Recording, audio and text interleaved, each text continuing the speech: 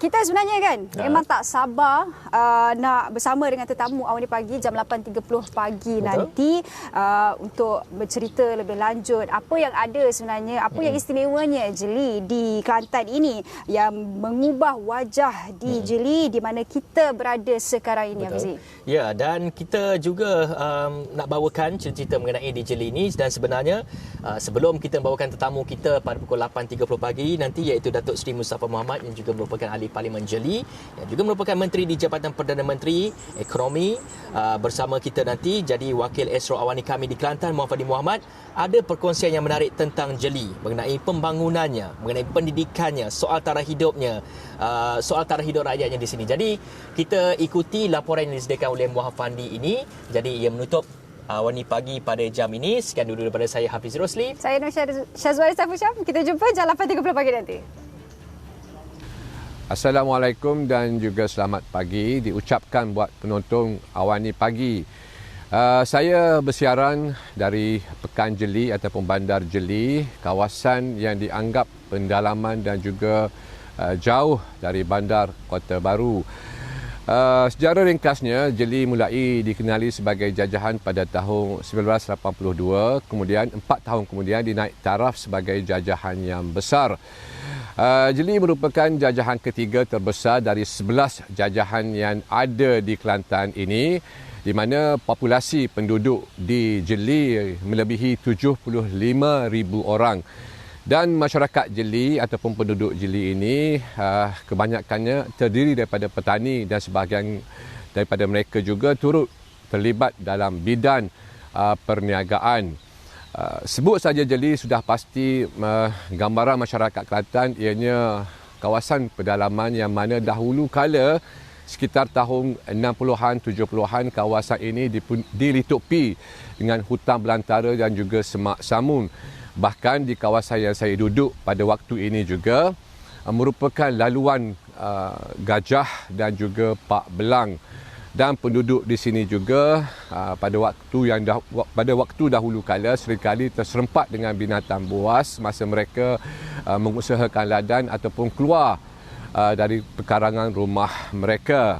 Namun itu kisahnya pada tahun 60-an 70-an. Namun selepas susuk tubuh yang dikenali sebagai Mustafa Mohamed mewakili Jeli ini, Jeli telah berubah wajah, dan penekanan seperti bidang pendidikan dan juga peningkatan sosioekonomi telah menyebabkan Jeli berubah wajah. Jeli kan orang kaya Jeli gitu-gitulah. Makan orang padi, buat tunggang padi. Pak umur lah. Tepak pindah naik buka tebah pula padi. Untuk makan begahnya. Tadi mereka tak payah lah. Jeli ni mereka tu sekat mari bijuk parti, sekat bijuk benar tok palah. Tepalah mengembel belakang jalan tamak yang mereka mari tok palah aku ada. Daripada wakil ayat dia parlimen ke. Lagu tu lah. Wakil ayat tu patuh buat belakang jalan apa. Ada. Ni jalan yang sungai ni kata jalan mewah sebenarnya. Mulut yang tinggi, ada jambatan tinggi gitu lah. Mulut dia ada gigi ni, naik bukit lah. Naik bukit. Kalau bandar baru naik bukit gini. Naik bukit.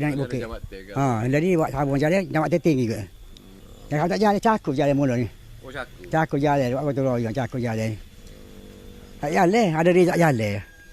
Lepas buat mari tok pa ni, mitok batu. Mitok tal, jadi tal aku. Saya berlakon tu betul ni. Dia pembangunan ketara setelah kerajaan Barisan Nasional itu terima aku. Lepas tu yang di Jeli ni yang kepala ketara tahun 90 ni waktu Datuk Pa. Setelah Datuk Pa mari 95 90 gitulah. Dia Datuk Pa dia Datuk Pa dia tekan masalah pendidikan. Dia masalah pendidikan dia tekan. Kalau budak-budak anak tak boleh ngaji gapo dia tumpu. Dia tumpu kepada biar boleh pergi ngaji. Nanti setelah benda yang pertama dia buat, saya rasa kata silap saya, dia wujudkan MRSM, lepas tu sekolah menengah sains, lepas tu UMK, dia menjadikan Jeli ni macam pusat pendidikan. Hak pendidikan. Saya nampaklah orang pertama dari sudut ekonomi banyak berubah. Ada kemajuan, ada peningkatan. Orang-orang peniaga-peniaga pun banyak dah berjaya-berjaya di kawasan Jeli ni. Dia banyak berubah. Apabila Datuk Pa bawa pembangunan pendidikan, cikgu-cikgu, pensyarah-pensyarah orang luar mari sini dah. Dia bergaul dengan masyarakat sini, banyak membantu masyarakat setempat kesedaran lah. Kalau dulu kat budak-budak sampai tingkat 3 seperti sekolah kena orang nebah, tapi dah ni dia tumpu tamu-tamu pula Datuk Pa tekan di segi pendidikan. Jadi pakak-pakak belum-belum lah. Anak saya sendiri pun tak ada dah habis belakang dah. Semua masuk IPT, cuma hak bosu ya SPM lah ni. Grassroots, dari segi grassroots dia nak kepada pemimpin seperti Datuk Pa lah. Kalau dari segi orang-orang hak pemimpin leader-leader ni, mereka berkepentingan diri, nak cari kedudukan. Pasal tu dia ada setengah tu tak suka pada Datuk Pa. Tetapi grassroots rakyat, walau apa berlaku pun nak seperti Datuk Pa. Kita kalau boleh Datuk Pa biar boleh bertanding sini lah sepenggal lagi, cukup 30 tahun. Masa saya darjah 4 hingga 6, terdapat banyak sangat program yang dianjurkan oleh Yang Berhormat Datuk Seri Mustafa bin Hormat. Seperti kita dapat lihat di Darul Falah ya, di Pusat Tuition Darul Falah. Pusat Tuition Darul Falah ini menganjurkan program tuition kelas bahasa Inggeris khas untuk pelajar-pelajar darjah 6. Namun pada tahun 2009, kelas bahasa Inggeris ni telah pun dianjurkan dan terbuka kepada semua murid-murid yang darjah 4 sehingga ke darjah 6. Dan saya merupakan salah seorang pelajar yang belajar di Darul Falah tersebut. Namun disebabkan lokasi Darul Falah yang dikatakan jauh daripada Bandar Jeli, Pusat Tuition Darul Falah ni telah membuka 3 cawangan di sekolah, seperti di Sekolah Kebangsaan Jeli 2, Sekolah SK Kuala Balah dan juga SK Penduk kalau tak silap saya. Dan hasil daripada program tersebut ya, alhamdulillah banyak intipati positif saya dan rakan-rakan yang dapat hasil daripada pusat tuition tersebut lah. Selain daripada bahasa Inggeris, terdapat banyak juga program pendidikan yang diadakan di pusat Darul Falah tersebut, seperti bahasa Melayu, seperti sains dan matematik.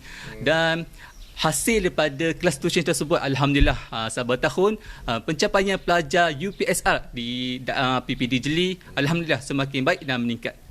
Okey, seperti yang kita tahu, di daerah Jeli ni dahulunya merupakan sebuah bandar yang dipanggil Jin Tender, yang dikatakan sebuah kekurangan dari segi masalah telekomunikasi, masalah jaringan internet.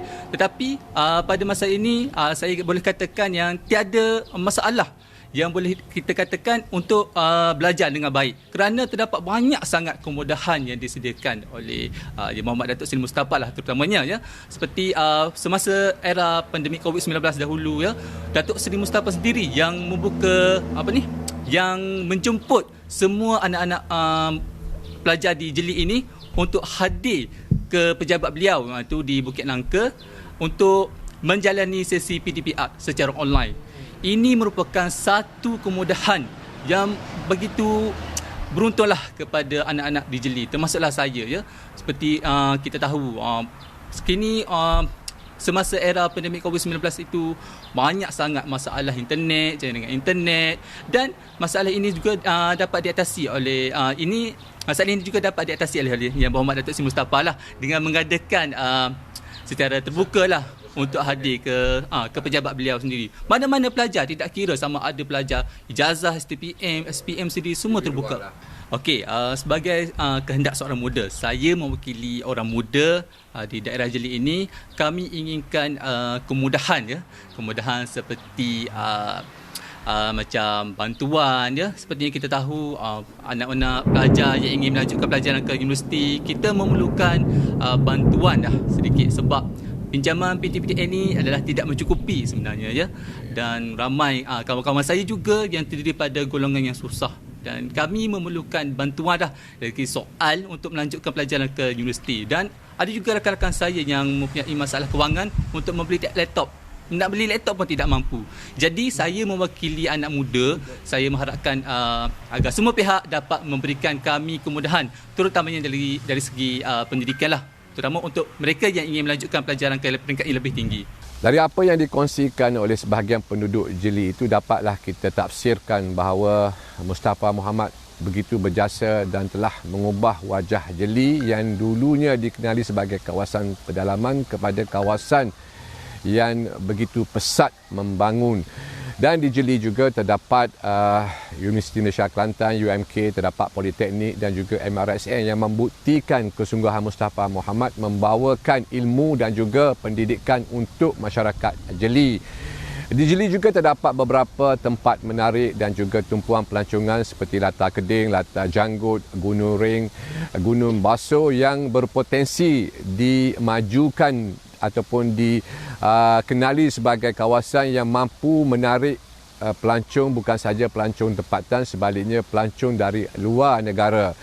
Jeli juga merupakan daerah yang bersepadan dengan Dabung dan Jeli merupakan pintu masuk laluan timur barat bersempadan dengan Great. Sudah pasti faktor-faktor berkenaan boleh menjadi pemangking untuk mempertingkatkan sosioekonomi penduduk di sini dan pada masa yang sama juga boleh dibangunkan sebagai kawasan pelancongan.